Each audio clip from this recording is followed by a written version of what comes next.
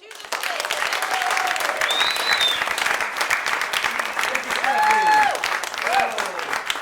Well, thank you for coming out here, as she said, on this beautiful Sunday at 4 o'clock. Here we are. You're here because I guess you're interested and passionate about solo performance. We are grateful for that. Thank you. I am Mark Kenward, and I will be moderating and participating in today's conversation, Solo Theater 2.0, Energy, Intimacy, and Community. Before I bring up Rebecca and Charlie, I'd like to give just a little snapshot into how we got to this moment in time. It was 2 years ago that Charlie suggested that the three of us get together on a regular basis. We were each in a similar place in our creative process. We were each about a year away from mounting our latest show. Charlie was working on Feisty Old Jew, I was working on Nantucket, and Rebecca was working on Memphis on My Mind. And of course, as you're getting ready to do a run, it's great to have support. I mean, there's just so many things to work on and all that. And particularly now, in the so-called digital age, the rise of the digital age, where it does seem that in the past few years, that it's gotten a little harder to get people to come out and see live performance. So, with that in mind, the three of us got together on a regular basis. We met many times, we exchanged scores and scores of emails, we dreamed together, we worried together, and we conducted experiments with each of our shows. We conducted experiments in artistic experiments, experiments in how we produced and marketed our shows, and we think that some of these experiments were successful, creatively successful, successful at getting people to come out and see our work, and personally, very rewarding. I think each of us would say that these past 2 years have been transformative in some way. As long as we've each been doing solo performance, something has shifted in how we each hold and share our work, and thus the name Solo Theater 2.0. So with that, I'd like to bring up my esteemed colleagues. I'm going to start with a man here who is the creator of many hit shows, Rush Limbaugh and Night School, The People's Violin, Rabbi Sam, and currently Feisty Old Jew, among many other shows. He is also the director of solo shows, including the works of Dan Hoyle, Desi Gallegos, and our very own Rebecca Fisher. And he is one of the Marsh's primary teachers of solo performance. He has been teaching here for probably 20 years, if not more. He has shared the art form of solo performance with hundreds of people, probably some of you in the audience today. And one more hat that he wears, Charlie is a terrific businessman, which I think is, it's very relevant to our conversation today. He is somebody who thinks long and hard about the business of art. I am the proud possessor of many handouts that Charlie has created throughout the years. About the art of business. Please welcome Charlie Barron. Yeah. It's like a game show. Yeah, it is like a game show. Charlie has the Blue Power shirt on today. All right, now I will bring up a woman who also wears many hats. She is the performer, the creator of 2 solo shows, The Magnificence of the Disaster and Memphis on My Mind. She also is a director of solo work, including she's my director of my show Nantucket, as well as directing shows by Laura Wiley, Elaine McGree, among many others. She too is a teacher. She has worked many summers with the Marsh Youth Theater, and many of you know and love her as a producer of solo performance. She has been the co-producer of the Tell It on Tuesday series. Yeah. They are going to be celebrating their 10th anniversary this summer. And more recently, Rebecca has started another series called the Writing Cabaret, or Writers Cabaret, and it's a very cool thing. I'm sure she'll be telling you about that. So this is a woman who cares deeply about community and creating things with a nice sense of an event and connection. Please welcome Rebecca Fisher.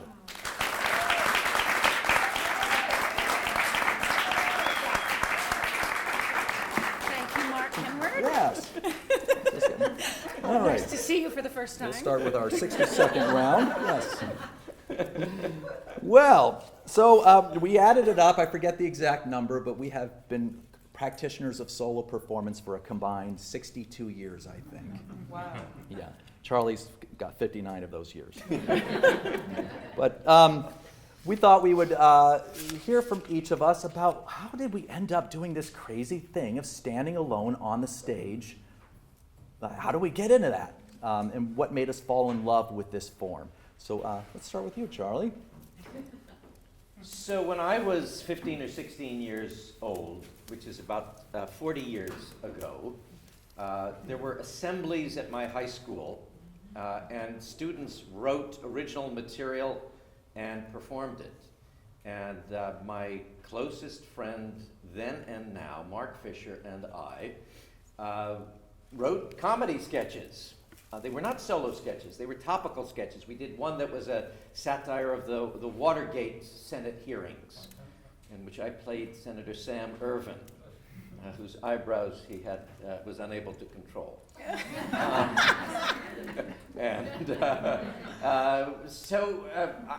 We would write these things, we'd cast them, we'd rehearse them, we'd perform them. And this seemed normal. And it was great fun.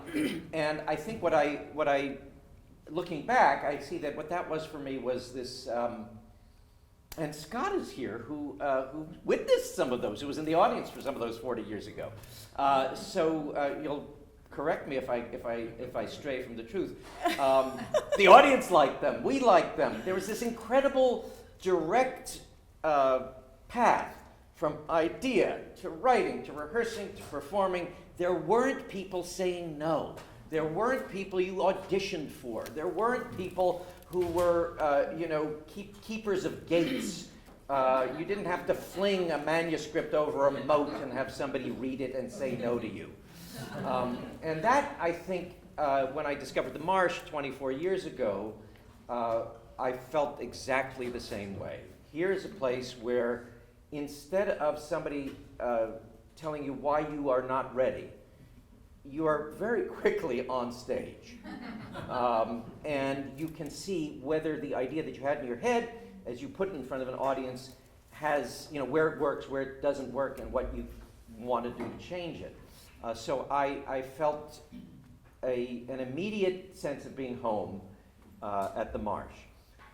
And the other thing about the Marsh was there was this community of artists who was everybody was trying to put their work out, see what it might be, take it the next step, find an audience. So there's a sense of collegiality, and that's a short version of how I'm not naturally a solo person. I would not be here today without David Ford, with whom I've been collaborating and who's been directing me for 24 years. And we still get along really well. And we're working on a new project. And I wouldn't be here without Stephanie Wiseman, who somehow keeps saying yes to each crazy idea for a show that I propose. But that's a short version of how I'm here. Wonderful. Well, I'll go back a little bit further in time, because one thing about when I grew up, my mother was a very big supporter of the performing arts in Memphis, which meant as a child that I would go to lots of symphonies and lots of ballets and lots of theaters, performances, theater shows. And the symphony and the ballet were at this big convention center, and it was always like a sea of people, and the instruments were way up there, and then the ballet was equally as somewhat boring. I mean, the men in the tights was always made me laugh, because that was out of the paradigm of anything I'd ever seen. But the theater, when we go to the theater, it was these small places. There were 3 theaters, anywhere between 75 to 150 people. And I remember the experience of being so close to the performance. And I remember one time this father of one of I went to school with, Jennifer Stone, and he was on the stage, and this experience of he's a dad and he's an artist, he's doing something. There was something about the transaction that it was alive for me, as opposed to these big arts events. So, but my mother never actually, it was like, go do theater. She actually had me do ballet for many years. And I ended my career in the Nutcracker as a reindeer, pulling Clara's sleigh. And then I did music. I did piano, and my mother wanted me to get into college because I was a terrible student, so I took the flute, and I was just bad. But by the time I was in the 8th or 9th grade, I had this wonderful performance career in the classroom. I had the social studies class. Everyone was erupting in class. I was the quintessential class clown. I got so good at it that I got asked to leave the school. So I feel like that was great success, right? And then I went to another school and, of course, redefined myself as all class clowns must, and I didn't actually do theater. But somehow I got into college, and I took this acting class, and I wanted to keep doing it, but I didn't get into the second class. I guess it wasn't that good, right? But anyway, one other thing, that through high school, I was always doing these shows by myself, like like aerobic shows and cooking classes, and I'd take them to parties and show them. I feel like that was kind of the beginning of my solo career. But anyway, so when I was in college, I had this friend, and she did solo shows at my college. Her name was Abby Shackner. And I wanted to be like Abby. And when she moved to Chicago after graduation, I called her mother and said, oh, she moved to Chicago to study at Second City. And I was like, I want to move to Chicago and study at Second City. So I did the whole improv, and I wanted to be a stand-up, which I never could do. And I just couldn't do it. But I did a whole kind of career in children's theater and stuff like that, and arts education. Then I moved one way or another. Came here to the Bay Area, and I took a class. Makes me emotional. It's so weird. I took a class with David Ford, and it was probably 2003. And I think that was kind of the beginning of. Ever since I've been in this form, because it was a kind of a. It's sort of, I could bring all the elements of what I'd worked on. Theater, I could dance on stage if I wanted. All the little elements that I knew a little bit enough about, I could bring them to the form. And ever since then, I've sort of built my artistic life around this form and this place.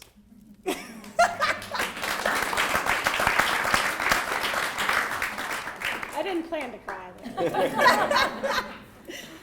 Well, I wonder how many people got into solo performance because they weren't good students. I went to a very good college. I was not a very good student at Swarthmore College, where your son is. Jeremy is there now. I'm sure he's a much better student than I was. I focused mostly on being a jock, watching cartoons, and hanging out at the fraternity house. I was in a fraternity. Our small college had 2.5 fraternities. And I was in Delta Upsilon, DU, which the feminists on campus pronounced duh.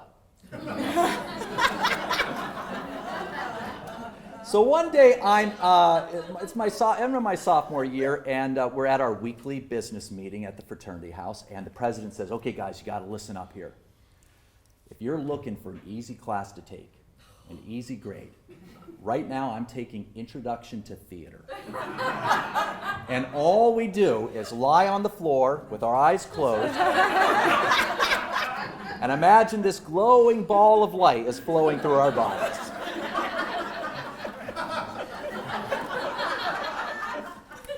And my life was changed forever. So it was a little bit too late to major in theater, but I took a class every semester and was actually asked by one of the professors to take a job right after graduation at a theater company in the Philadelphia area, a theater much like Berkeley Rep, sort of in size and scale. And I did everything there. I did, worked in the scene shop and box office. I did some acting. I did some children's theater. I did everything. And it was kind of interesting, though, because I loved some of the stuff about theater. I loved the exercises, the games, the sense memory exercises. They were kind of, like the ball of light in your body. It was like altered states or something. But I didn't always love theater, the shows that were mounted at shows, particularly more naturalistic stuff. I found myself more drawn to experimental stuff. One summer, I spent the whole summer running lights for Our Town, and I loved that. and the stage manager talking directly to the audience. I love that. So shortly, I worked there for 2 years, and then I went to Northwestern University for graduate school in theater. And I was a good student. I was a great student in Northwestern. I found what I loved. The first semester, I took a class with Frank Galati, who was good. He at the time he had just won a Tony Award for winning for The Grapes of Wrath, which he had adapted to the stage, and it had been on PBS, so it was a big deal. And so, of course, you had to take a class with Frank. I had no idea what the class was about. Well, as it turned out, all of our assignments were to give a solo performance of literature. The first assignment, we had to choose a Wallace Stevens poem and bring it to the stage. And it's Wallace Stevens poetry, it's serious stuff, right? So I prepared this whole serious recitation.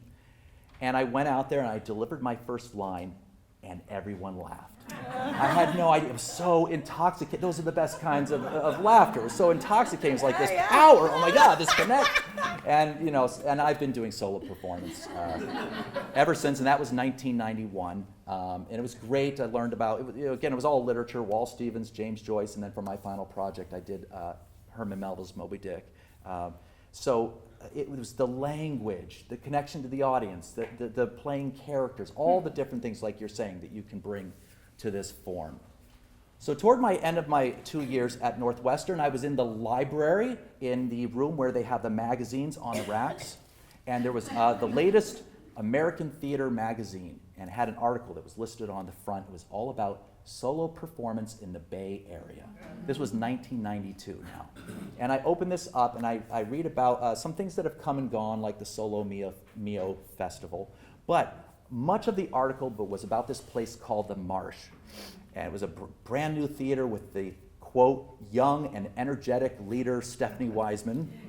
And all these performers, Charlie Varon, David Ford, people directing their work, Margaret Gomez, Josh Cornwell. It was all about these people. And I moved to the Bay Area for many reasons. My sister was living out here, the Grateful Dead, for this solo scene. So I found myself out here in '93. I first performed at the Marsh in '95, and they haven't been able to get rid of me yet.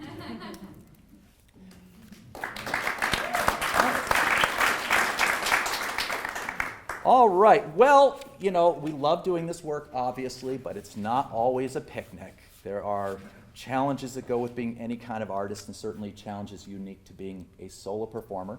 So we thought we'd kind of speak to, well, Charlie, what do you find the most challenging thing about being a solo performer? Well, I mean, you're wearing all these hats. You are writer, you're performer, you are a publicist, you are producer. So there's, it's a strange thing to be walking on stage with what may be the depth of what you have to say about life, and at the same time wondering if you've sold enough tickets to pay for, your posters. So that's always a challenge. Getting an audience. Where art meets commerce, not a unique problem to our form or our time, but it has its the way it presents in our lives. And then there is the problem that we are now competing with everything that you can watch on a screen. I sometimes put the question this way, from the point of view of the potential audience member, why should I leave the privacy of my home, where I can sit in my pajamas and watch any movie or TV show ever made, and pause it if I want to go to the toilet, and stop it if I don't like it, and pay almost nothing for that? Why should I leave home, get in my car, traffic, parking, or get on public transportation, go to a theater, pay money for something I may end up not liking, and expose myself to other people's germs?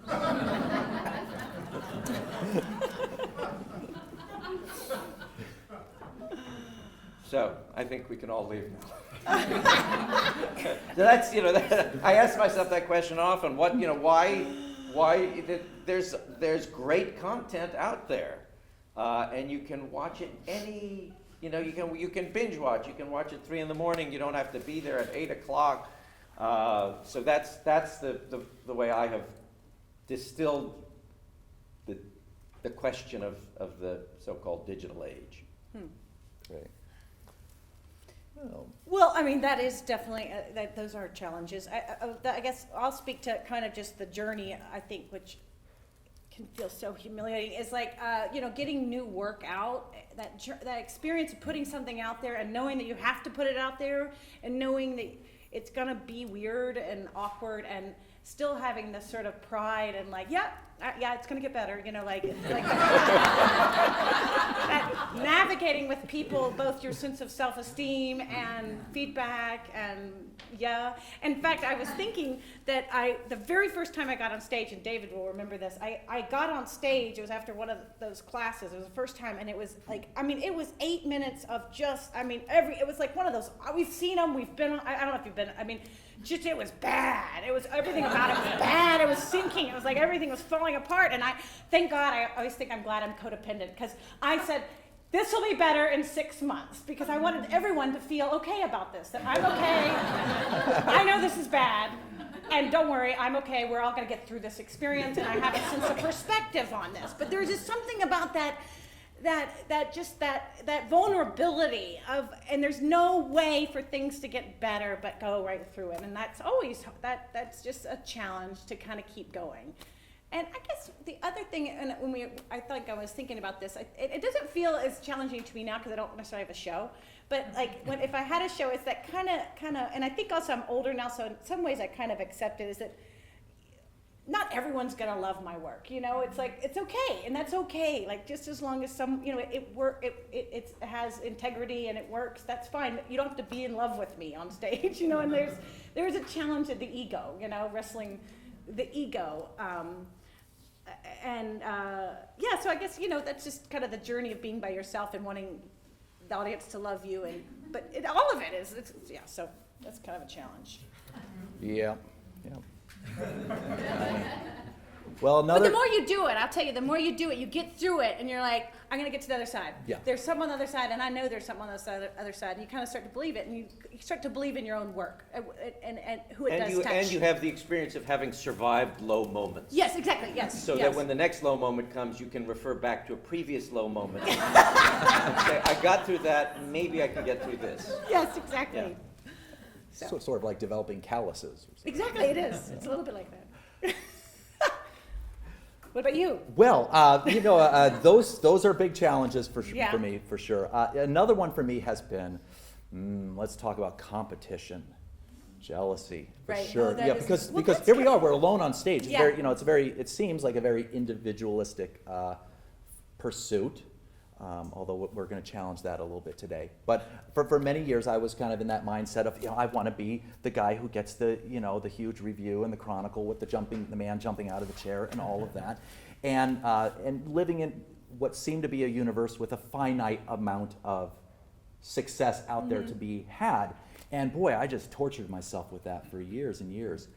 But it shifted, and it shifted about 5 years ago when I started directing, and when I started being sort of more in community with colleagues, and realizing that we all are kind of, making the tide rise. We're all bringing up the water level of the work, and appreciating what everybody brings to the form, and including my clients, people I've been working with, people who are great at movement or great at jokes or great at just connecting, So that has shifted things for me and made this a much more enjoyable thing to do. Yeah. All right. Well, Charlie, you began to address this because we want to bring the challenge issue to the problem at hand. Do a little bit of reality recognition about where we are, and you've done a lot of thinking and writing about this. Is there anything else you might want to say about the digital age? Well, I have low moments and better moments. In the low moments, I see a very, very bleak future, which, let's just put it out there. Nobody ever leaving home, nobody ever talking to another person except on a screen. The death of all live arts. That's very low. Okay, there, got that out. But there are better days.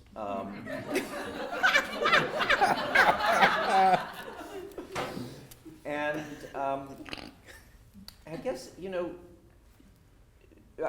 my friend Lloyd Linford, I was kind of talking to him. He's a guy I did theater with in college and then reconnected with decades later. And I was talking about this, and he asked this question, because art forms have been through this before. Every storytelling art form, so narrowing down from all arts to storytelling arts, live storytelling arts, solo theater. As things have changed in the human experience, media have to redefine themselves. So there was a time before there was writing, when all storytelling was oral and face-to-face. Then along comes writing, and what oral storytelling is is writing, there's printing, there's movable type, there's books. And so then oral storytelling has to redefine itself in light of print. And then along comes radio and television and film, and each of these successive media requires a shift in the existing media. And so here we are, and that's the moment I think we're in. And I take some heart from that, because I grew up listening to the radio in New York in the 70s, well after what is generally thought of as the heyday of radio, which is before there was television. I grew up in the age of television, and I listened to the radio, and on the radio in New York were people doing things with that form that had never been done before and would not have been done in the so-called golden age of radio, including storytelling.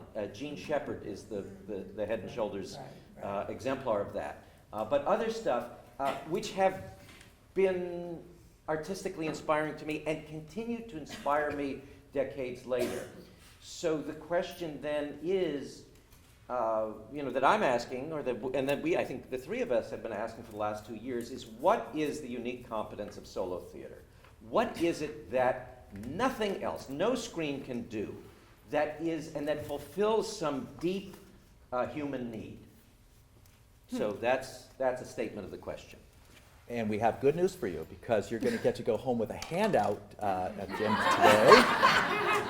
That will take care of the whole problem. Yes. We'll never have to think about it again. Which is, what is the unique competence of solo theater in the digital age? Now, we'll promise to give you these at the end, but we'll talk our way through this. Mm-hmm. We see a number of unique advantages that this form has, including unique for the audience and unique for the performer. And so we're going to start. I'm going to talk about the first one, which is energy. Charlie was having a particularly despairing day, and he sent us an email, and about, basically what you just spoke to. How can we get people out? And my sense was that people do still want to go out. They still will want to go out, but that the equation for deciding how to go out has changed a little bit, which is that people, they're so busy, you have these phones that are always competing for your attention, text messages, schedules have gotten busier. We're just a lot going on. So people want to know, if they're going out, will this event give me more energy, or will it make me drained, more tired the next morning? I know for me, I definitely, as a parent, I'm sure we all feel this to some extent. We want to know that, and I think this has changed, because I think in past decades there was a way in which we knew that going out for art, for performance, was good for us, and we had maybe a higher tolerance for being bored. because that might be actually like a sign that it was good for us, like eating our vegetables, right? And I think that that's kind of changed. I think that that we're not doing that You anymore. don't wanna waste any I don't time think on it, so. yeah. We don't want to waste it, and you want to have, multitasking. All these things have kind of come up, so we want added value, and we want to know that the event is going to energize us. And there are a lot of ways that this can look. I've kind of passed this along to you guys. Rebecca, what do you find energizing? Well, let's see. Let me see. Well, I think a big thing that when you're talking about, and I guess what both of you guys have just said is this thing of like a live performance. Like when I did this art education stuff, we'd take a look at a work of art, and we would take the kids and ask them what they see, heard, thought, and felt. You take apart the experience. And when you think about a live experience, sometimes the people would be like, oh, I heard the principal tell these kids behind me to be quiet. There's something in the texture of not only in this process do you identify the elements of a work of art, like, oh, they raised their voice. I heard them raise their voice. I saw them get up high. You sort of break apart, but you also, in the process of reflecting, there's this whole experience around a work of art. Even if it's like the sound, I heard the water pipe come through, or there's the texture of a night or the texture of a live experience is so, I guess that experience made me so aware of like the texture of seeing a live work of art. So one thing that's always been really important to me, I was like community service president, is the sense of community. And how can we, as artists, it's a little bit more work, but you have to think about like, how can I make this something that's a community event, like that where people are going to, and it could be like with Tell It on Tuesday, it could be something like, I'm gonna be there hosting, telling it as a producer, come on in, I want you to, this is gonna be a place where you're gonna get some connection with somebody, and people are gonna know your name, or, what is a way that people come together, and the work of art becomes sort of, how can you build an event or experience around the work of art? I mean, the work of art has to be good, of course, but you want the sense of community that can happen. So I don't know if I answered your question. Absolutely, you answered it. Okay, yeah. good. And I want to turn it over to Charlie, because you are the inventor of something that's just, we think is huge in terms What? of shit. Well, I think Charlie's going to speak to that. Okay. I have no idea what he's talking about. Co-hosting. Co-hosting, oh, yes. Oh, right. Well, but in general, to speak about energy, it's this idea is it's an interesting exercise. Whenever you go see anything from any live art form, is to just notice, what's beyond the words, beyond the kind of surface. What's coming at you? Is it is it hot? Is it alive? Is it cool? Is it, what is the quality of the energy? Which sometimes matches up with the content of what you're seeing, and sometimes is different. But Rebecca and I were waiting for Mark. This was one of our meetings. I think it was in fall of 2013. And we were talking about, all of this, and particularly talking about how are we going to get people to see our shows, knowing that we've been, attendance has been declining. And somehow in this conversation, Rebecca and I came up with this idea of co-hosting. That is, if the event is more than just what's happening on stage, if there's this energy component, and if part of that energy has to do with who's in the audience, and what the feel and the texture of it is, can we start playing with those variables as well? And I think each of us has people who, those of us who perform, have people who get what we do, who somehow, they understand, they respond, they get excited by what we do on stage. And some of those people are social beings or extroverts or people who are able to get a crowd out or people who understand parties.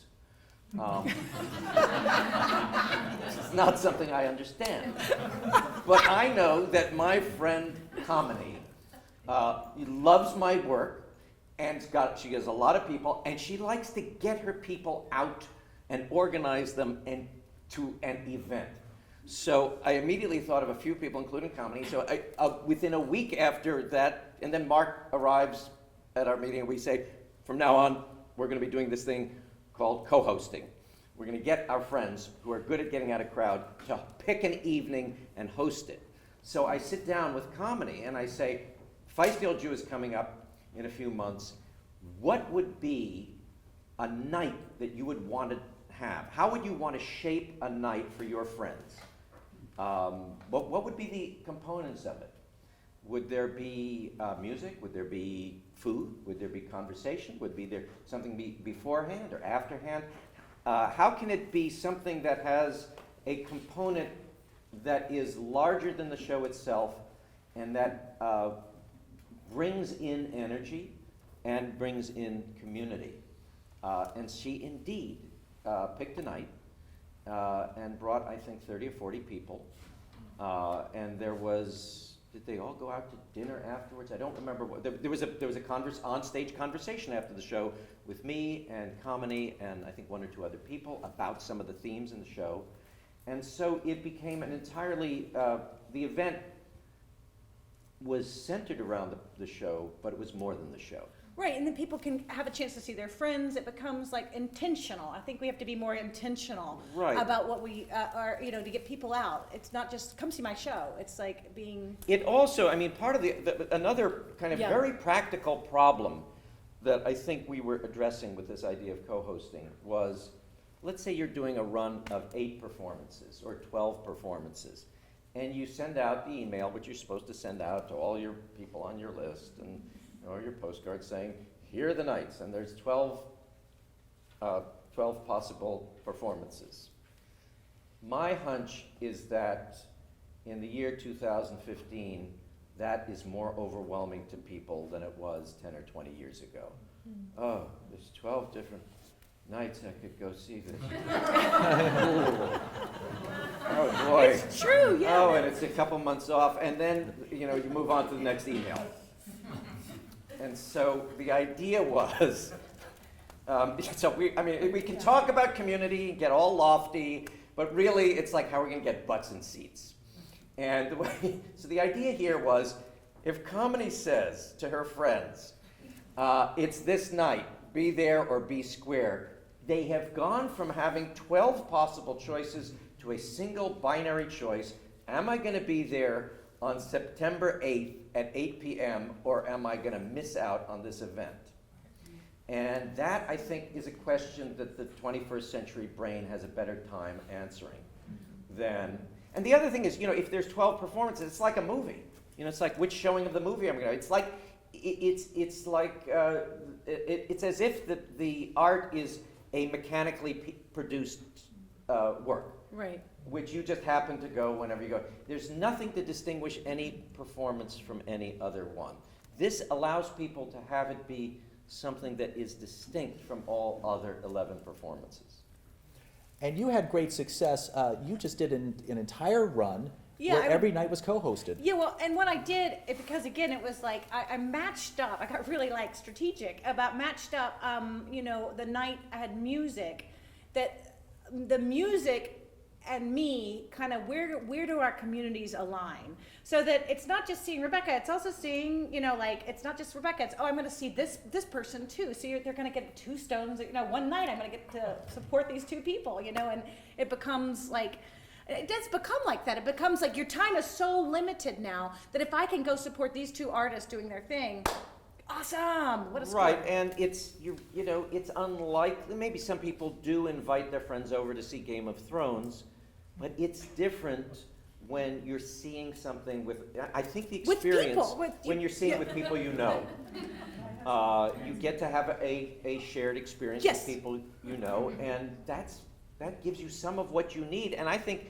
what we increasingly need as our lives become more dominated by screens. And so instead of looking at our work as, what is the digital age term for all work. It's called content. It's this very strange word that now has risen up. It is content. We are content providers. So if we're providing content, but we happen to be doing it on a stage with human beings rather than on a screen with atomized people scattered, distant, what is the opportunity of the togetherness? So it's, what are all, so that's another way of framing up the question. What are all the things that can happen live that cannot happen on a screen? And one of them is you can be there with your friends, and you can have some of the wonderful, warm experience that cannot happen in your living room. Of course, you may not like all your friends, and it could be embarrassing and awkward, and you'll be really sorry that you went. That can happen. But there is some. But there is something. I mean, when you go to something that you are going to see a lot of people, you do go through a shared. That is very important. You have a shared experience. Okay, so I one time my synagogue had some event that I was half-hearted about whether I should go to, and they had one of those it's like you can see who else is attending. Yeah. And I saw my friend Deborah was attending. I said, I'm going to be there. I'm going to be there. There were two choices. There's one date. Deborah was going to be there. I wanted to have time with Deborah. I signed up. So these, if you're getting the friends to send out the emails to circles of friends who know each other, they should all see each other's names. Yeah, because they go, or I'm have going an to see that invite person. where they can see who else. I mean, I'm not very good at the Evite and the Facebook invites. I haven't mastered it, but this is the world we're in now. Is a turning. I mean, theater. You could say storytelling was the original social medium, and now it's becoming a different kind of social medium where something is different when it's just where there are people you know versus a bunch of anonymous strangers coming to see a show. Did you want to say something? Well, I think you guys have done great on community, Right. but I wanted to turn it to our artistic choices, what sort of artistic choices we might make with energy in mind. And I'll just start by saying that those of you who have worked with me, and there's some of you here today, I'm big on editing, getting scripts efficient. Doesn't necessarily mean making things really short. I had a 100-minute show here last year, but thought about energy in terms of this. We made it a special event, so we had a 45-minute dinner break in the middle. My show is called Nantucket. I grew up on Nantucket Island, and so we served a New England seafood picnic dinner during the dinner break, so that gave it a sense of event. We had live musicians at most of the shows. A couple nights we had people playing sea shanties. So that turned it into something other. So, gave it a sense of event, and I could still have a lengthy show. But to think about things like editing or other, things that we can do to take care of people's energy, to be respectful of their time and energy. Mm-hmm. Well, I think that says it. I don't know that. Yeah, that's true. You do need to be more careful about people's attention and people's times and choices. Right. So if they, Yeah, I mean, I took some of this discussion and decided to play around with the show that became Feisty Old Jew, and to say, well, all right, what kind of experiments with energy do I want to try? What is the kind of, and I do think that solo performance has something in terms of energy that ensemble theater does not. So if you can imagine two characters on stage, even if they're yelling at each other, which can be a very high energy scene, you're still watching, you're an observer watching energy travel between two actors. It can be totally riveting and compelling, but it is a triangle with the audience member and two or more actors. With solo theater, it's a straight line, and there can be a kind of intensity of transmission which exists in almost no other form. And that's something I started experimenting with in Feisty Old Jew. I had a huge body of material, all these stories I've been writing, and we decided to take this one story in which Bernie, the 83-year-old, winds up surfing for the first time with a very high-level wager, $400,000 bet that he'll ride a wave. And it's a high-energy story to start with, and I started playing around with really letting it rip. There's a rant where Bernie talks about everything he hates about what young people are doing in San Francisco, and it was, you know, a high-voltage wire between me and, still is, between me and the audience with, you know, just very intense, powerful, you know, I'm loud and the character is angry, and it's a straight shot between me and the audience. And also playing around with variation in so that the quiet moments get more quiet. I mean, this is something we're always doing with the solo form, but I heightened it to see what would happen and whether that would. And I did, and there are a bunch of other things I do in the show. Some of the stuff is banter between me and the audience, which is close to stand-up in a way, but it's a different kind of energy than a lot of the stuff I've done in the past. So, and then there was one. I was walking home from the theater, I think from a rehearsal in the afternoon, and a neighbor stopped me who had been to see Feisty Old Jew. She rolled down her window, and she thanked me, and she said, "Boy, was that energizing." And I thought, this, and it's Mark who really put forward this, we call it the energy theorem, this idea that people need to know. They need to know that when they go out, there is at least a chance that the next morning they will feel energized rather than depleted. So I felt that was confirmation that people want that. And as the inventor of the energy theorem, I do want. I think there's a lot of ways that we take care of people's energy.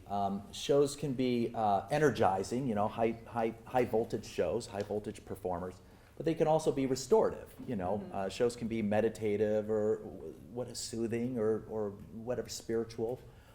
That's another way that we can take care of people's energy. So it can show up a lot of ways. The bottom line is people want to have a certain confidence that they're going to come away from it not feeling drained.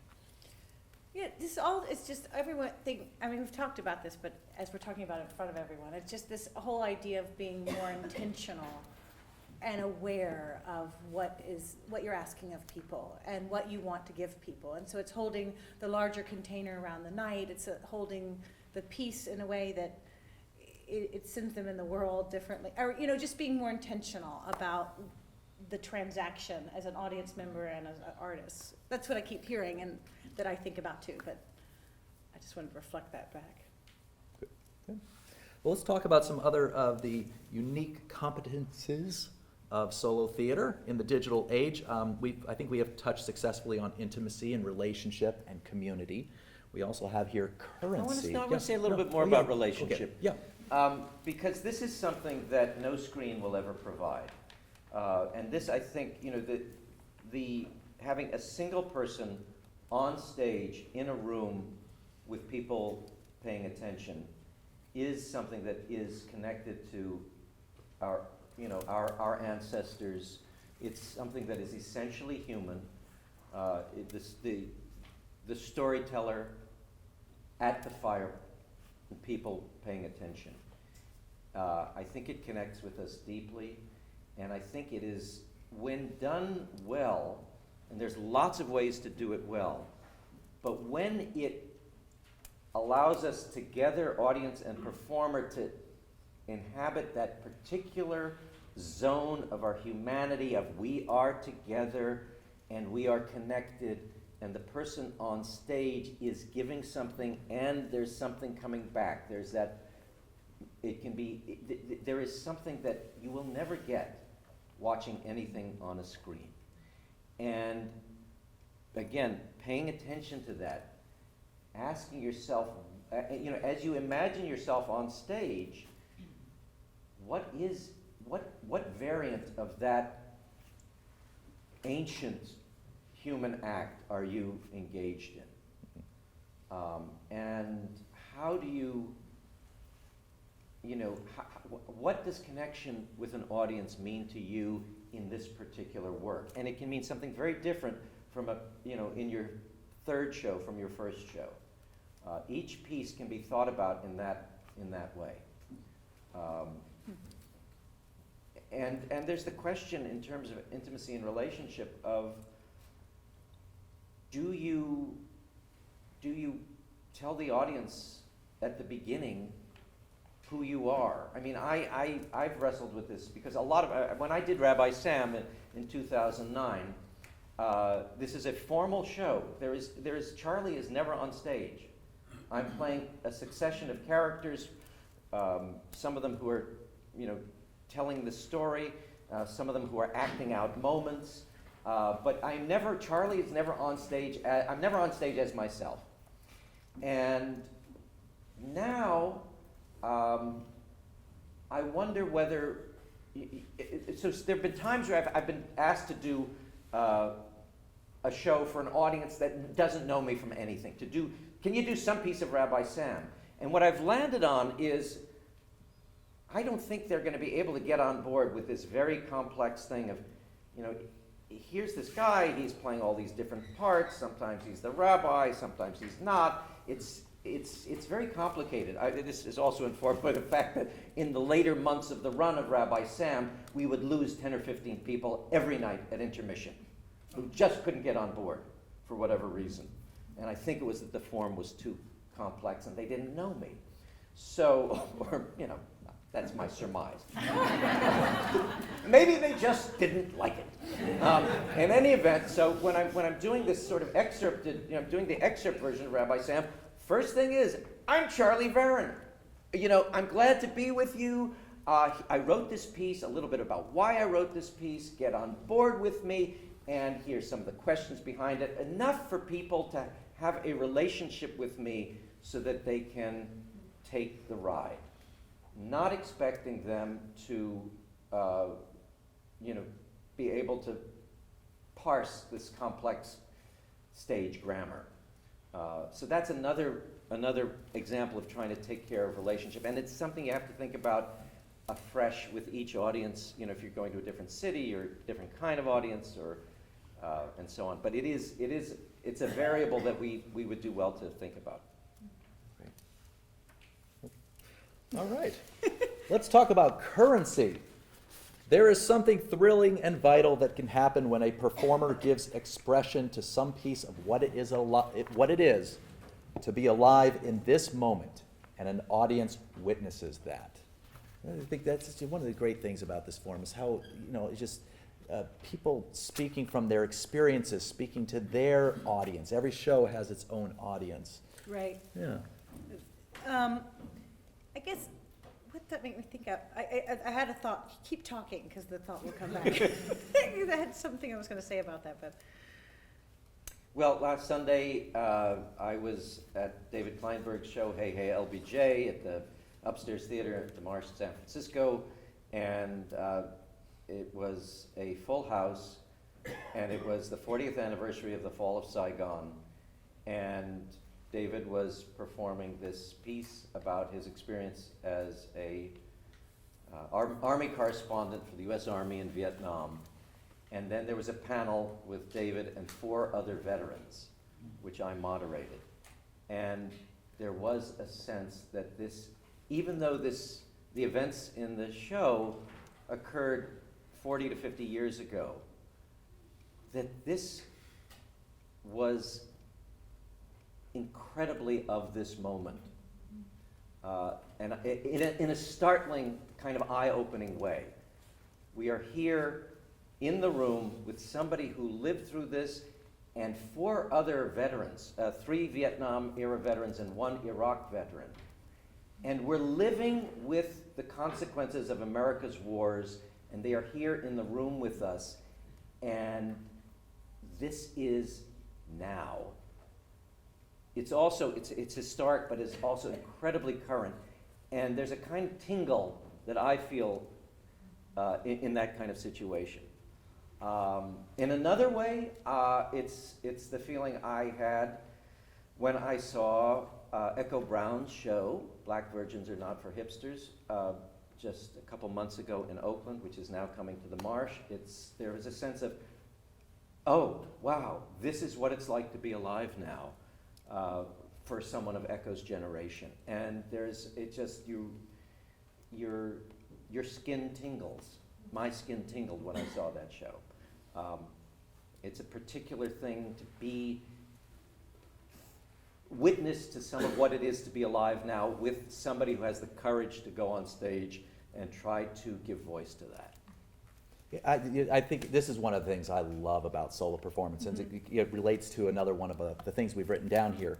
Anyone can do it. And so speaking about David Kleinberg, he's somebody who came to solo performance relatively late in life. So he's not a trained performer other than taking classes at Marsh, studying with me and David and all of us. He's worked with all of us. But there's that relatability that his show has. It speaks to its audience. And he has, worked hard to learn the craft. Anyone can do this for him. Everyone can find their own unique way of getting on stage and shining. Some people are good at telling jokes. Some people are great at storytelling. Everyone can find their way in this form.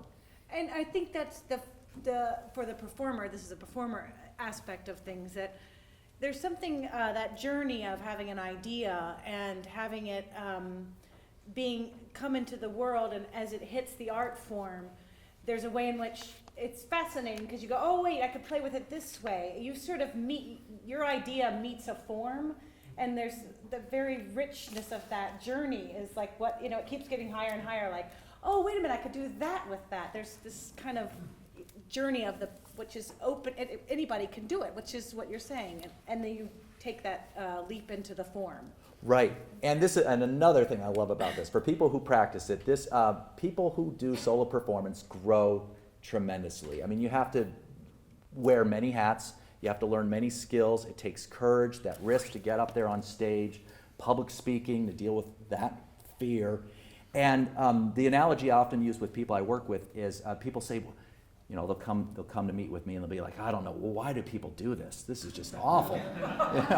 It can feel awful. Oh, it's awful. It's awful. I know it can feel Every step of the way is awful. It does. I mean, editing is awful. Writing is awful. The blank page is awful. Getting in front of stage is awful. It's awful. It's terrible. It's terrible. But it's actually... And the pay is awful. There's no money in it. Right? Why do they? People say this all the time. And what I say back is, why do people climb Mount Everest? Why do they do that?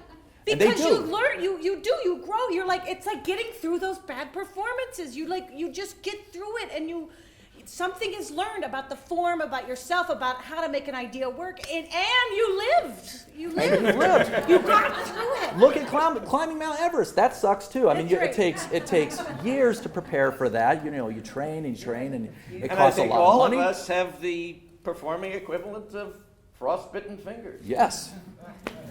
And you get that one moment at the top, and then you come to the view, and then you come down, and you have that postpartum depression. The whole thing, it's just so. But people do it, and it's worthwhile. It's a great thing. It's a great thing to, and people grow. And I've seen the people that I work with. I've seen myself. This forum and this community has helped me to grow up. So it's a worthwhile thing to do, and to share that with audiences.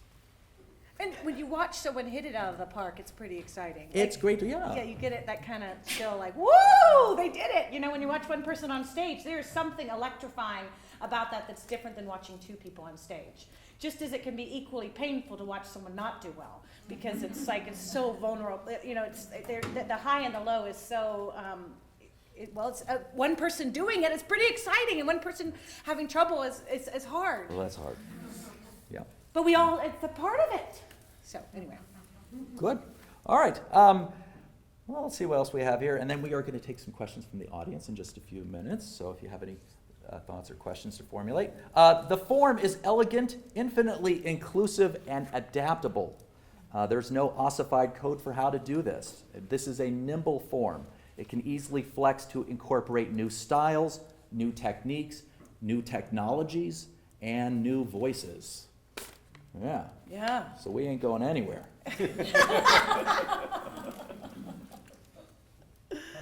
Yeah, Okay. that's true. All right.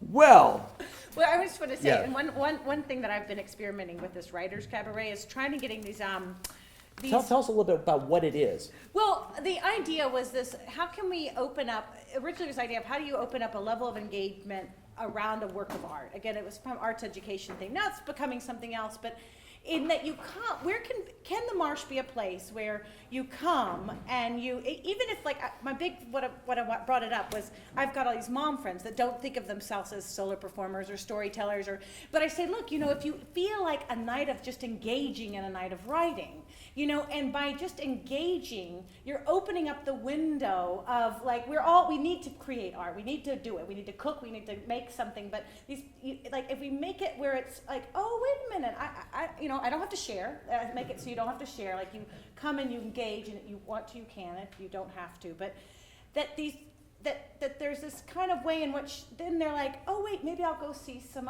they sort of open up to the form in a way, because they're engaged in a process, and it's a low commitment, I say low commitment, high yield. So that if you want to just peek at, maybe I can write, and I want the Marsh to be that kind of place where you can flirt with something, you can commit to something, you can really make it happen. It can be on all levels of engagement that we all have. We're naturally storytellers. It's our Right, and I think this highlights your flair for understanding relationship with audience and understanding, your gift for being a host at Tell It on Tuesday at the Writing Cabaret. It's like when I go to Tell It on Tuesday and you're introducing the evening, I'm just happy. I'm just happy to be in your presence with these people.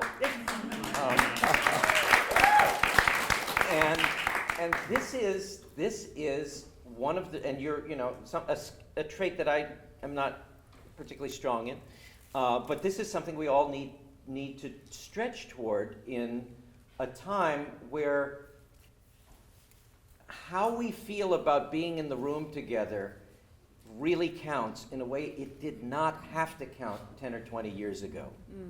If you're going out and the moment, this is why the speech that a house manager gives before the show, the speech that a host gives before a show is huge.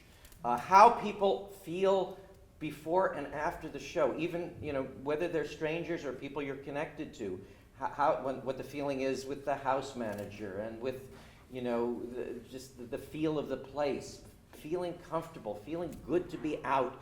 So it's a warm and nurturing experience for these souls who have been made jagged by the digital age, who are hungry. They don't even know they're hungry. They are yearning and injured by too much screen time. They must come to our theater and thaw.